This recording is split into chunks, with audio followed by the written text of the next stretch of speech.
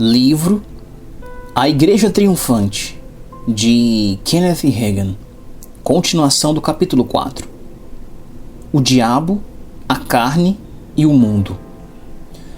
Os crentes podem se render ao diabo e às suas armadilhas e deixar que ele os domine em qualquer tempo que queiram.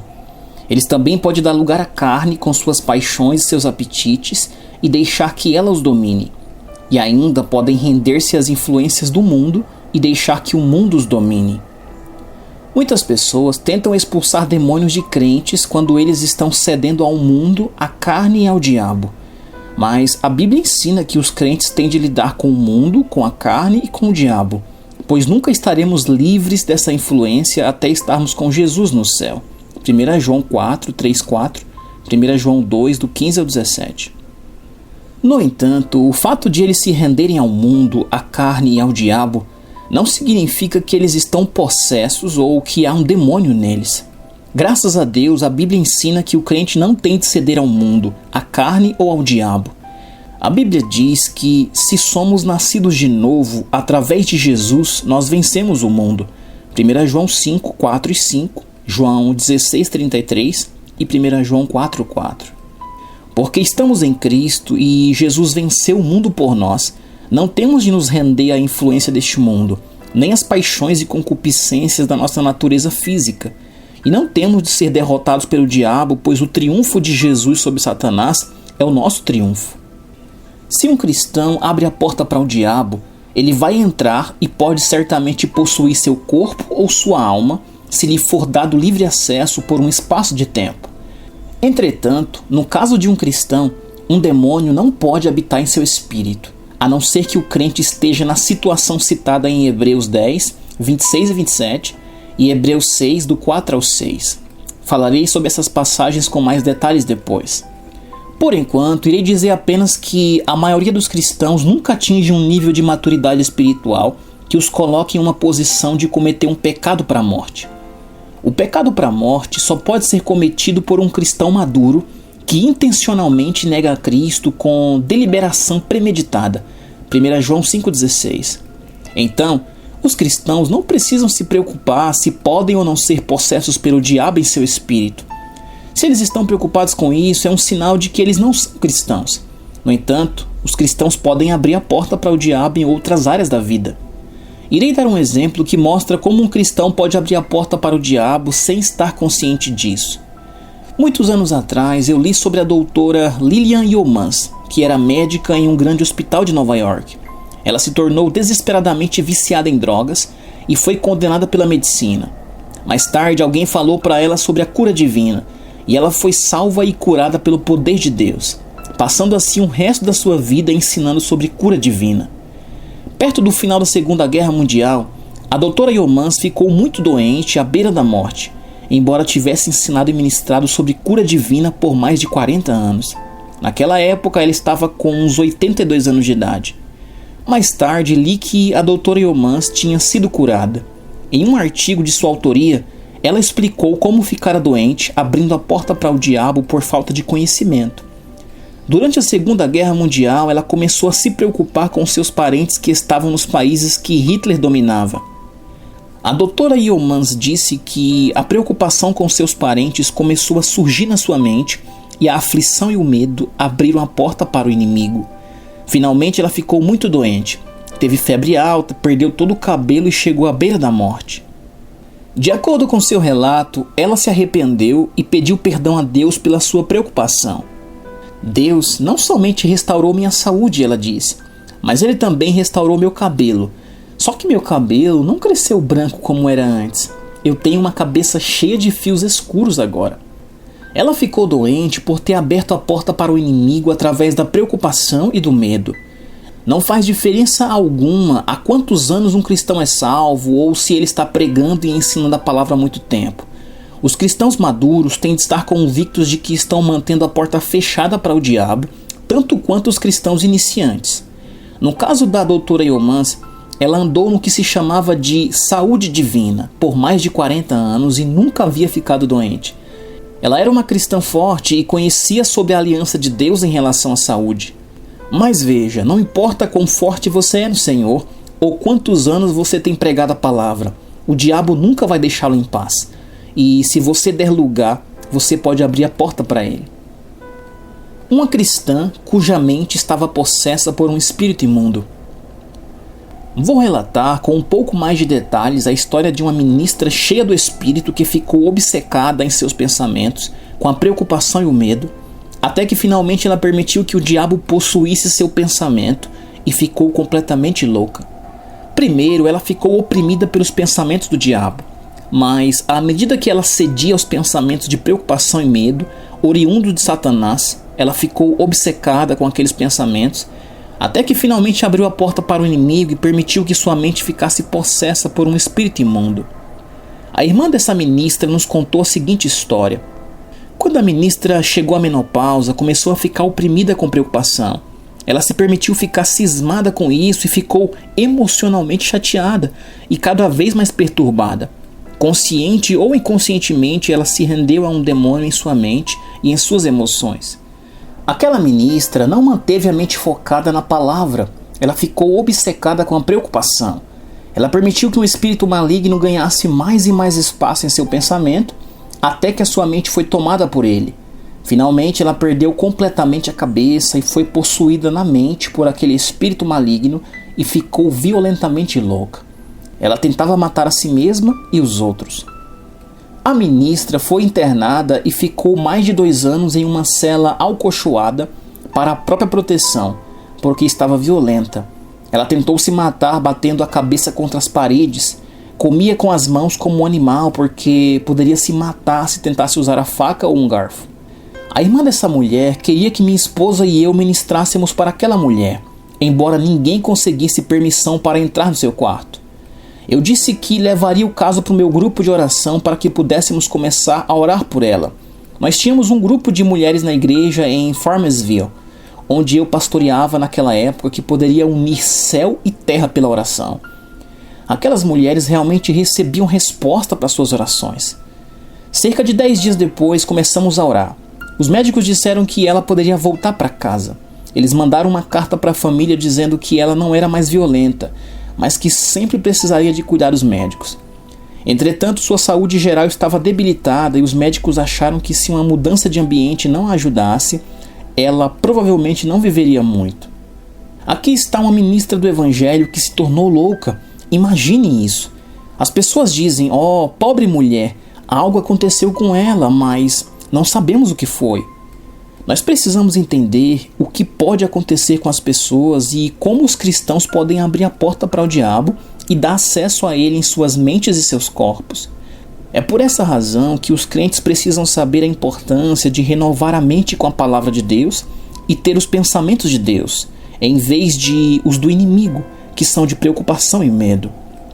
Se tivermos os pensamentos errados, poderemos abrir a porta para o diabo sem perceber. Os crentes não estão sob o domínio do diabo. Eles têm autoridade sobre ele em nome de Jesus. Eles podem resistir-lhe e não estão sob o seu domínio de forma alguma, a não ser que permita que ele os domine. Essa ministra do Evangelho Pleno, de que falamos também, não estava refém do diabo. Ela não deveria ter dado lugar a Satanás em seu pensamento. Se ela tivesse se levantado contra a preocupação e a opressão com a palavra de Deus e mantido sua mente renovada, Satanás não teria tido acesso a ela. Se ela tivesse repreendido a opressão de Satanás e resistido, ele teria fugido dela. Mateus 18:18, Tiago 4:7. No primeiro sábado de maio de 1943, essa ministra foi trazida à nossa casa pela irmã. Minha esposa e eu não sabíamos que ela estava vindo, mas aqui está algo que eu quero que vocês percebam. Naquele dia, depois do café da manhã, minha esposa e eu fomos fazer nossas atividades matinais. Eu sempre lavava a louça e limpava a cozinha. Isso era um hábito. Eu esperava que a minha esposa me ajudasse no ministério, então era justo que eu ajudasse em casa. Todo o tempo em que estava limpando a cozinha, eu estava orando baixinho em outras línguas. Eu tinha um impulso interior ou uma direção para fazer isso. Depois fui à igreja ver se estava tudo em ordem para o culto do dia seguinte e, enquanto fazia isso, continuei orando em línguas. Parecia que eu tinha uma direção divina para orar em outras línguas. Não me entenda mal. O Espírito Santo não estava me forçando a orar, pois ele é um cavalheiro e não nos força a fazer algo. Ele gentilmente nos conduz. O diabo empurra, mas o Espírito Santo delicadamente nos impulsiona. No restante da manhã, fui cuidar das minhas coisas, mas eu me rendi àquele impulso interior de orar em línguas. Quando as pessoas estavam por perto, eu apenas orava por dentro quietamente comigo mesmo e o Senhor. Depois fui aos correios pegar minhas correspondências, porque naqueles dias eles não as entregavam. O tempo inteiro eu seguia aquele impulso divino para orar em outras línguas. Meu espírito estava se comunicando com Deus. 1 Coríntios 14, 2 e 14. Eu posso dizer que das 8 da manhã até cerca de 2 da tarde, eu passei a maior parte do tempo orando em outras línguas, enquanto fazia minhas tarefas diárias. De vez em quando eu pensava comigo mesmo: o Senhor deve estar me preparando para o culto de amanhã, será uma grande bênção.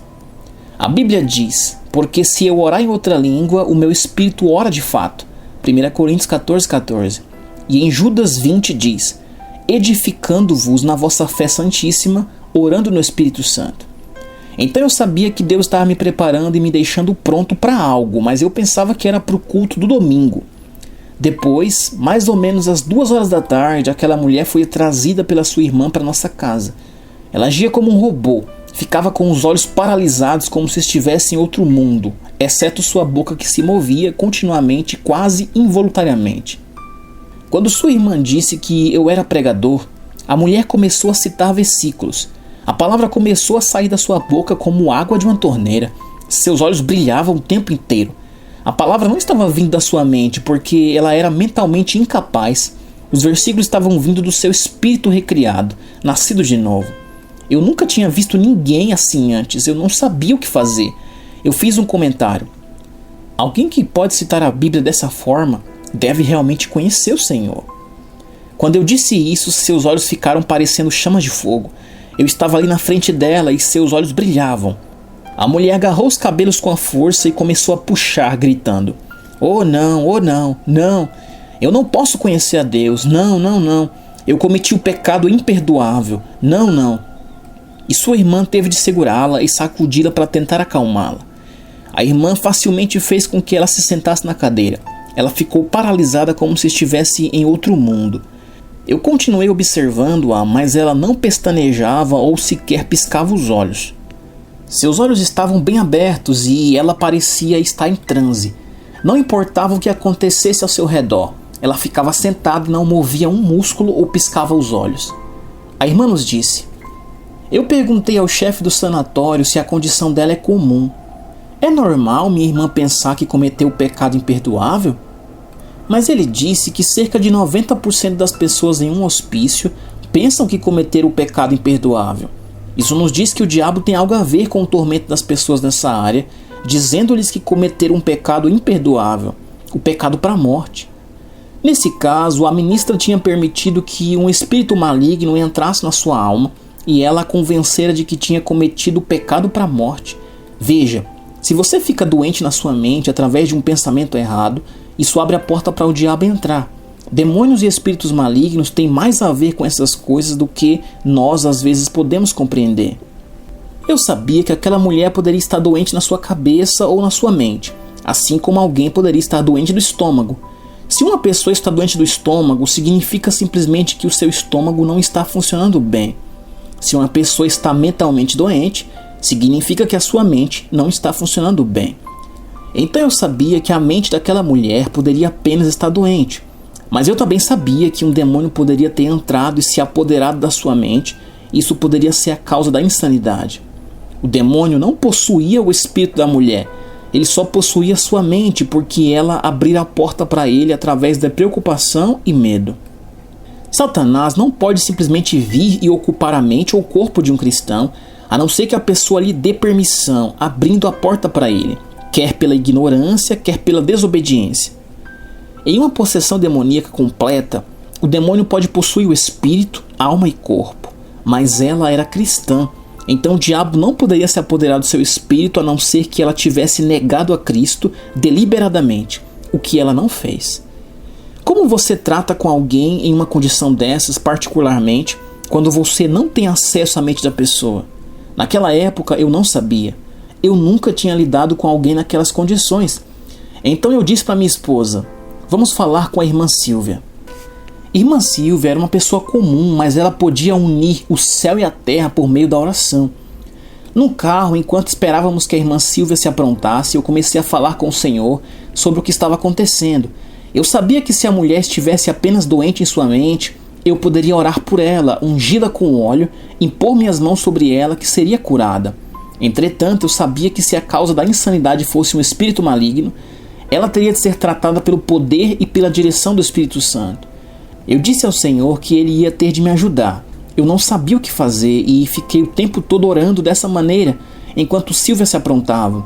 E depois todos nós voltamos para a casa pastoral. Começamos a orar e em pouco tempo estávamos orando no Espírito. Oramos a Deus por direção por mais de 2 horas. Não estávamos orando contra o diabo. Não estávamos combatendo espíritos malignos. Estávamos simplesmente buscando de Deus a sua direção e sobre como ministrar aquela mulher. Eis outra coisa que você precisa entender. A oração da fé não vai funcionar em todas as situações. Aquela era uma situação em que a oração da fé não iria funcionar, porque a mulher não estava mentalmente em condições de concordar conosco e de usar a própria fé. Não me entenda mal, a oração da fé funcionará nas situações em que ela deve funcionar, mas quando a vontade de outra pessoa está envolvida, você nem sempre estará apto a fazer a oração da fé, a não ser que a pessoa esteja em concordância com você. Mateus 18:19. Antes que eu pudesse fazer a oração da fé por essa mulher, eu precisava da sua participação e concordância, mas ela não poderia fazer isso por causa da sua condição mental. Então sua libertação não poderia vir através da operação de sua fé. Algumas pessoas têm tentado fazer com que a oração da fé funcione em todas as situações e circunstâncias. Em alguns casos é mais ou menos como tentar colocar um pino quadrado em um buraco redondo. Não vai dar certo. Em outras palavras, existem diferentes tipos de oração, e cada uma delas tem suas próprias regras para um perfeito funcionamento. Então, estávamos buscando a direção de Deus. Não estávamos gritando com o diabo ou tentando expulsar um demônio. Precisávamos ter a direção do Espírito Santo para que soubéssemos como lidar com aquela mulher. Precisamos confiar no Espírito Santo em situações como essa. Com que frequência lemos o versículo "Não por força nem por poder, mas pelo meu Espírito", diz o Senhor dos Exércitos, Zacarias 4:6. E mesmo assim seguimos em frente e tentamos fazer algo à própria força e poder e nada acontece. Não, temos de aprender a confiar na palavra de Deus, no seu poder e em seu Espírito para sermos bem-sucedidos na vida. Na verdade, quando confiamos na própria força, trabalhamos e pouco acontece. Mas se colocarmos o maior que está dentro de nós para trabalhar em nosso favor, ele se levantará forte em nós, iluminará nossa mente e direcionará nossos espíritos. Isso nós não conseguiremos ter de nenhuma outra fonte. Ele sempre nos conduz em linha com a santa palavra escrita. Então, enquanto todos nós buscávamos a direção de Deus, eu orei: Senhor, mostra-me como ministrar esta mulher. Quando eu disse isso, a unção do Espírito Santo veio sobre mim e o Espírito Santo me disse: vá, fique na frente dela e diga: espírito imundo, saia, em nome de Jesus. Eu estava relutante para fazer isso porque nunca tinha estado em uma situação como aquela. Quando eu não obedeci a Deus, a unção me deixou. Então não houve nada que eu pudesse fazer. Note que expulsar um demônio em uma situação como esta tem de ser debaixo do poder e da unção do Espírito Santo. Então, o Espírito Santo me repreendeu pela desobediência. Eu disse ao Senhor: Senhor, deixa aquela unção vir sobre mim de novo e eu obedecerei. Eu sabia que de nada adiantaria dizer saia sem a unção do Espírito Santo. Se fosse eu na carne tentando expulsar aquele demônio, eu sabia que nada aconteceria. Mas a unção do Espírito Santo veio sobre mim de novo e eu obedeci ao Senhor e disse àquele espírito maligno: saia, espírito imundo, em nome de Jesus. A mulher não parecia nem um pouco diferente depois disso. Ela tinha a mesma aparência e agia exatamente como antes, como uma louca. Não havia coisa alguma diferente que eu pudesse notar. Sua irmã a agasalhou e levou-a para casa. Mas mesmo que não houvesse nenhuma diferença perceptível nela, eu sabia que ela havia sido liberta. Ninguém poderia me dizer o contrário. É aí que às vezes erramos. Eu sabia que o comando da fé tinha sido dado pela direção e unção do Espírito Santo e que aquela mulher estava liberta. Veja, quando o dom da fé está em operação, O Espírito Santo nos dá fé para fazermos qualquer coisa que Ele nos diga para fazer e sempre funcionará. Quando se trata de lidar com demônios na vida de outras pessoas, como na situação dessa mulher, na qual ela era incapaz de consentir ou cooperar, você deve ser guiado pelo Espírito Santo no que fazer. Se o Espírito Santo não lhes disser para fazer algo, então você estará fazendo por conta própria e você dará com a cara na porta. Contudo, se uma pessoa pedir ajuda a você e lhe der a permissão, então você poderá exercer autoridade na vida dela contra o demônio em nome de Jesus. Marcos 16:17. Uma vez que uma pessoa é liberta, você precisa ensiná-la a ficar firme contra o diabo por si mesma. Claro que ao lidar com o diabo na própria vida, você não precisa que outra pessoa repreenda o diabo por você. Se está submisso a Deus, você tem autoridade para resistir ao diabo, ficar firme contra ele e repreendê-lo. Então ele tem de fugir. Lucas 9:1, Efésios 6:13 e Tiago 4:7. Essa mulher foi liberta por meio de um comando de fé em um sábado. Na segunda-feira à tarde, a irmã voltou e nos disse: "Por favor, orem, minha irmã está tendo um ataque violento exatamente como ela teve quando perdeu o juízo pela primeira vez." "E daí?" eu disse. Fiquei impressionado com a minha calma. Eu sabia exatamente o que estava acontecendo. Eu disse para aquele demônio no sábado à tarde que ele tinha de sair, e ele sabia que tinha que sair. Ele estava simplesmente maltratando a mulher enquanto a deixava. Eu expliquei isso à irmã dela e mostrei na Bíblia onde Jesus repreendeu um espírito maligno de uma pessoa e o diabo lhe trouxe confusões ou agitou-lhe antes de sair. Marcos 9:26. Eu disse à irmã: "O demônio sabe que tem de sair, então ele está simplesmente agitando-a enquanto sai. Depois que isso acabar, ela estará bem."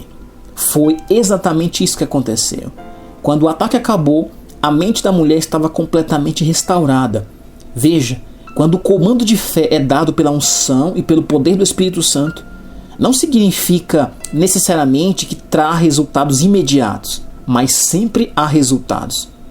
No momento em que a mente daquela mulher foi restaurada, ela era exatamente a mesma pessoa que sempre tinha sido, e seu relacionamento espiritual com o Senhor estava do mesmo jeito que sempre estivera. Ela não sabia que tinha ficado insana por 2 anos e meio, nem tinha consciência de que tinha tentado se matar ou matar outras pessoas. Tudo isso era apenas um lugar vazio em sua memória. Pouco tempo depois, os médicos atestaram sua saúde e lhe deram alta do sanatório. O espírito maligno tinha se apoderado da sua mente e agido através do seu corpo, mas ela não tinha um demônio em seu espírito. Mas, em certo momento da sua vida em que ela estava nervosa e instável, ela cedeu a um espírito maligno e isso a deixou obcecada em seus pensamentos. Ela permitiu que o espírito maligno ganhasse cada vez mais terreno em seu pensamento, e enquanto ela se mantinha rendida a ele, o espírito maligno finalmente foi capaz de possuir sua alma, sua mente, sua vontade e suas emoções. 19 anos depois de ser liberta, procuramos saber sobre ela. Sua irmã nos disse: "Sua mente está forte, ela tem um bom emprego e ensina na escola dominical."